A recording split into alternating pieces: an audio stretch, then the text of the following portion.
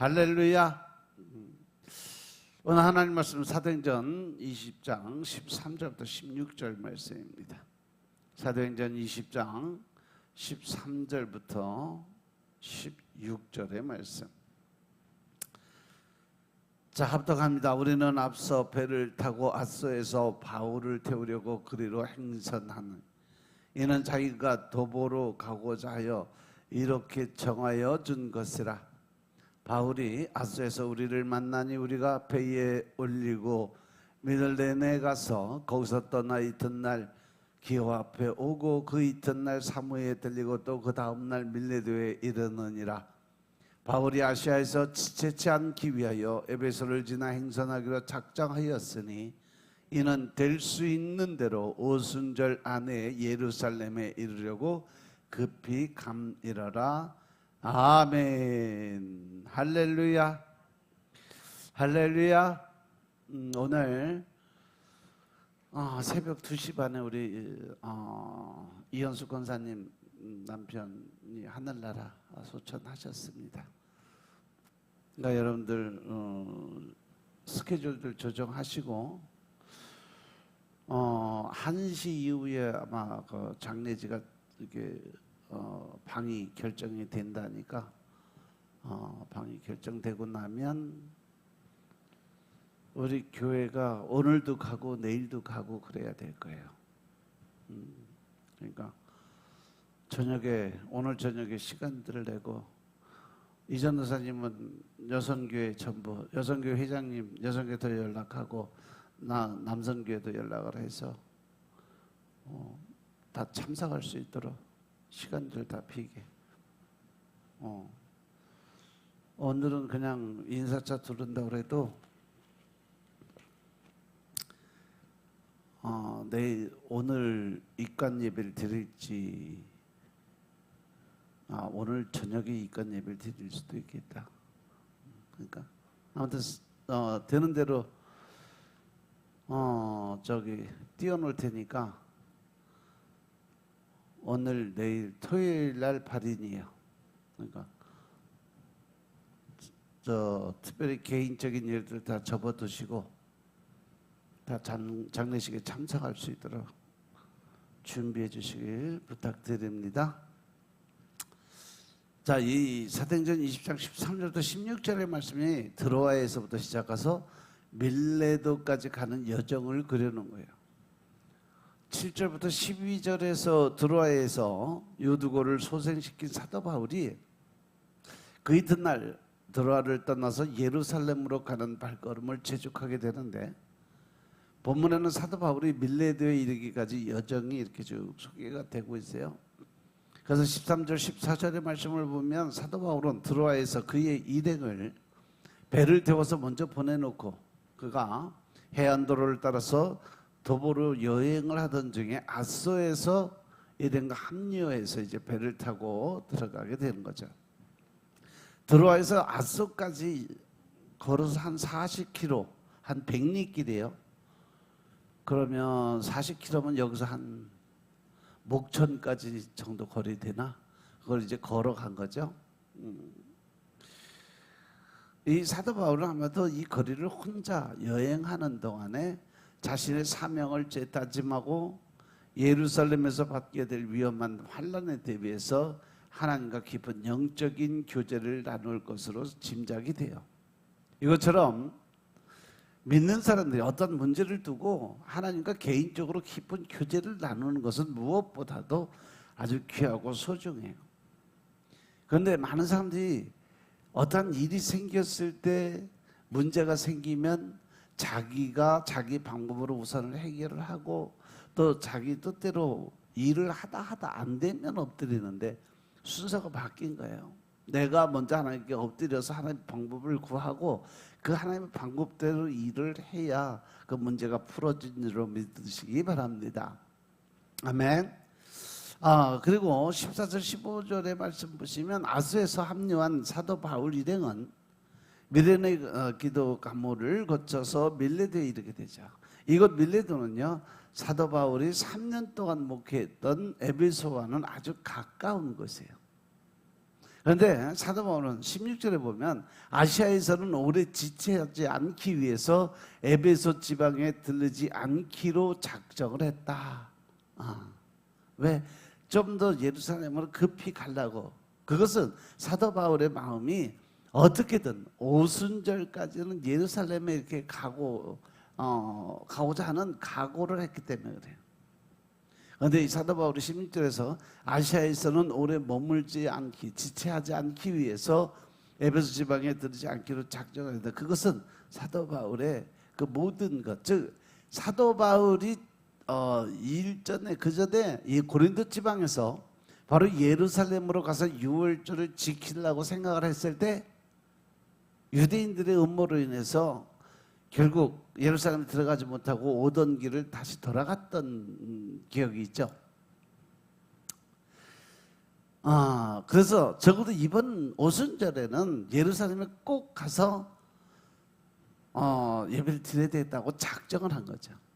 그런데 이처럼 사도 바울이 오순절까지 예루살렘에 가고자 한 이유가 마게도냐와 아가야 지방 교회에서 모금한 헌금을 빨리 전달해 주기 위해서, 예루살렘 교회의 이방 교회가 하나됨을 보여주기 위해서, 그리고 오순절에 모인 많은 사람들에게 복음을 증거하기 위해서 그가 빨리 가서 복음 전하는 생각을 가지고 예루살렘에 가기를 원했던 거죠.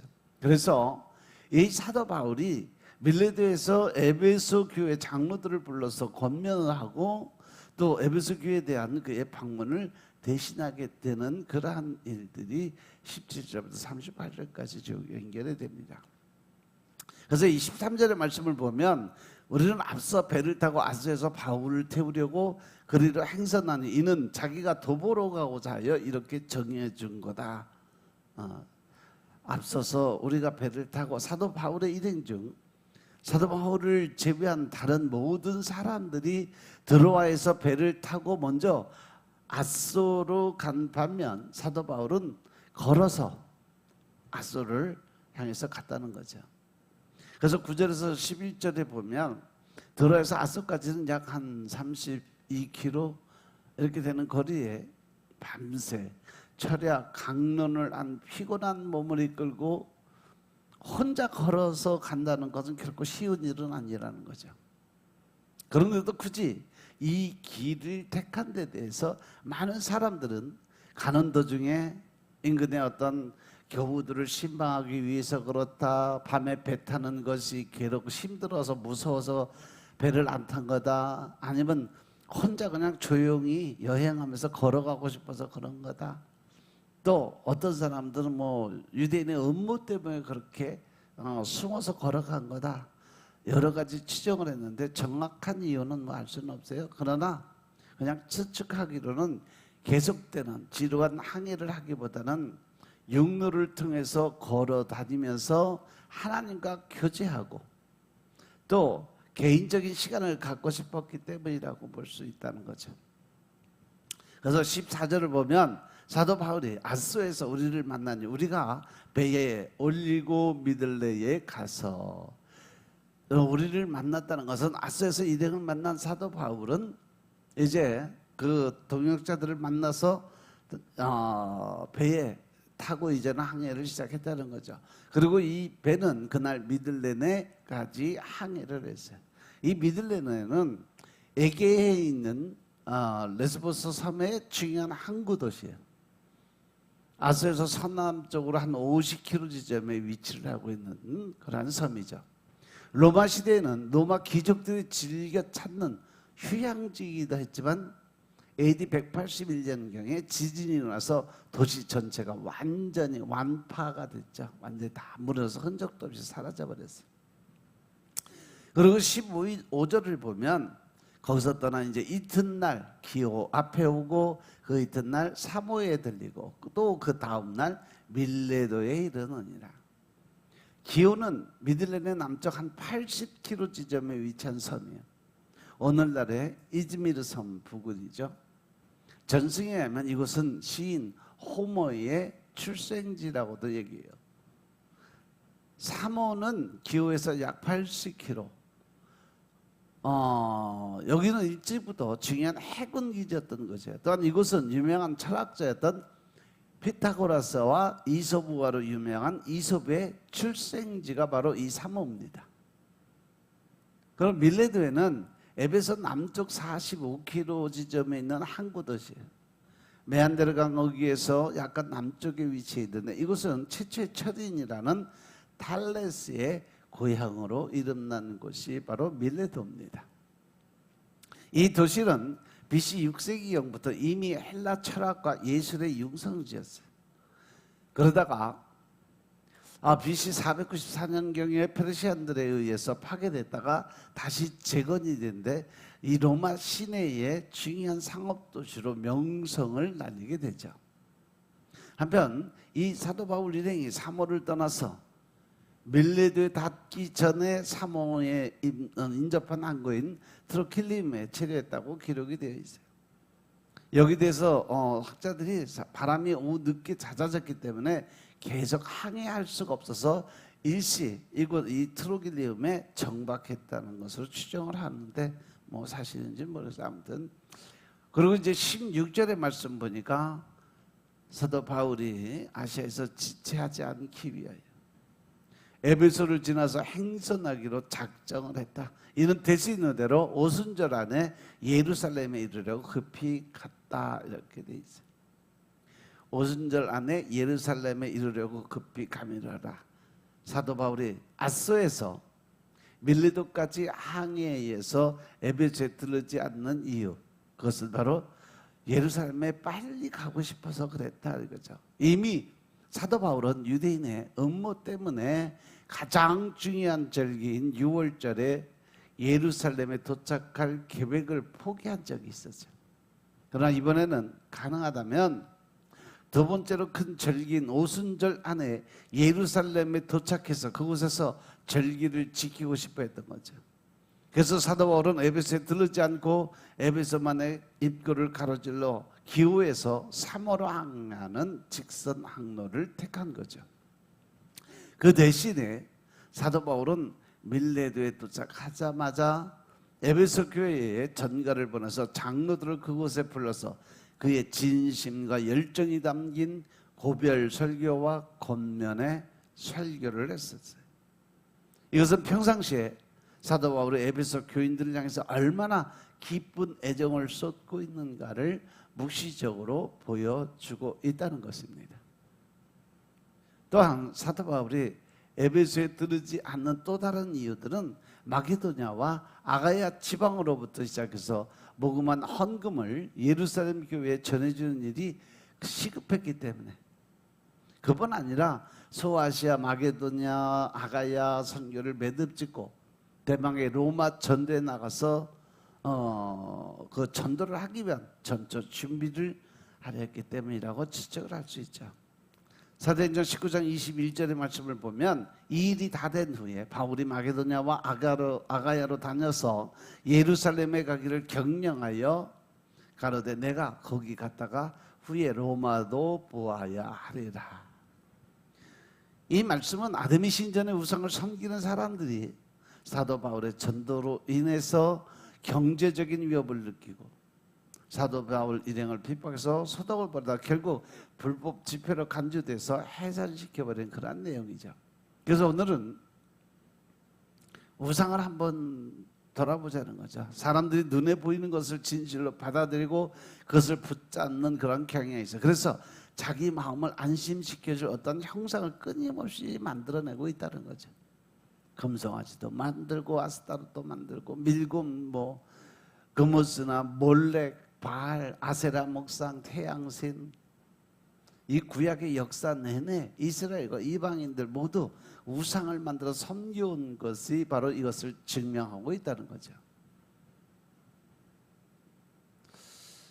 몇 달 전 어떤 그 유명한 지식 채널 유튜버가 비기독교인의 입장에서 바라본 복음에 대해서 아주 도발적인 이야기를 해서 화제가 된 적이 있었어요. 우상에 빠진 사람들을 구원하기 위해 하나님이 스스로 우상을 만들었는데 그 우상이 바로 예수님과 십자가였다는 그러한 내용이었죠. 물론 성부 하나님이 성자 예수님이라는 우상을 만드셨다는 그의 주장은 잘못된 거죠. 예수님은 성부가 만든 피조물이 아니라 하나님이 낳은 바 된 하나님의 아들이기 때문에 그렇습니다. 그럼에도 불구하고 그의 주장에는 인간의 눈높이에 맞춰져 다가서려는 하나님의 사랑에 대한 예리한 통찰이 있어요. 끊임없이 우상에 찌들어 헤어나올 수 없는 죄인들을 구원하기 위해서 그들이 이해할 수 있는 언어로 다가서려고 육안으로 볼 수 있는 하나님의 형상, 즉 우상이 돼서 오셨다는 겁니다. 그래서 교회에서 행해지는 세례와 성만찬 등 눈에 보이는 교회의 어떤 예식과 십자가 장식과 그림 등 시각적 도구들은 이런 차원에서 이해할 수 있다. 즉 우상으로 볼 수 있다. 즉 눈에 보이는 것에 쉽게 영향을 받는 사람들의 마음을 하나님께 고정하도록 이끄시기 위한 하나님의 배려라는 거죠. 우리가 하나님을 떠올릴 때 곧장 예수님의 형상이 떠오르는 이유는 하나님께서 하나님의 모든 충만함을 예수님 안에 완전히 채우셨고 우리가 그것을 바라보게 만들기 때문이다. 그래서 우리가 예수님 한 번만 바라보면 그것이 곧 성부와 성령을 바라볼 수 있는 것이라는 걸 믿으시기 바랍니다. 더 이상 우리가 잡다한 우상들을 붙들고 일평생 우상의 종노릇하는 삶을 이제 청산하고 오직 흔들리지 않는 믿음으로 오직 예수, 오직 한 길의 삶을 살도록 노력하시고 또 오직 말씀에 의해서 나아가는 믿음의 군사들이 되시길 주의 이름으로 축원합니다. 아멘. 기도드리겠습니다. 아버지 하나님 감사드립니다.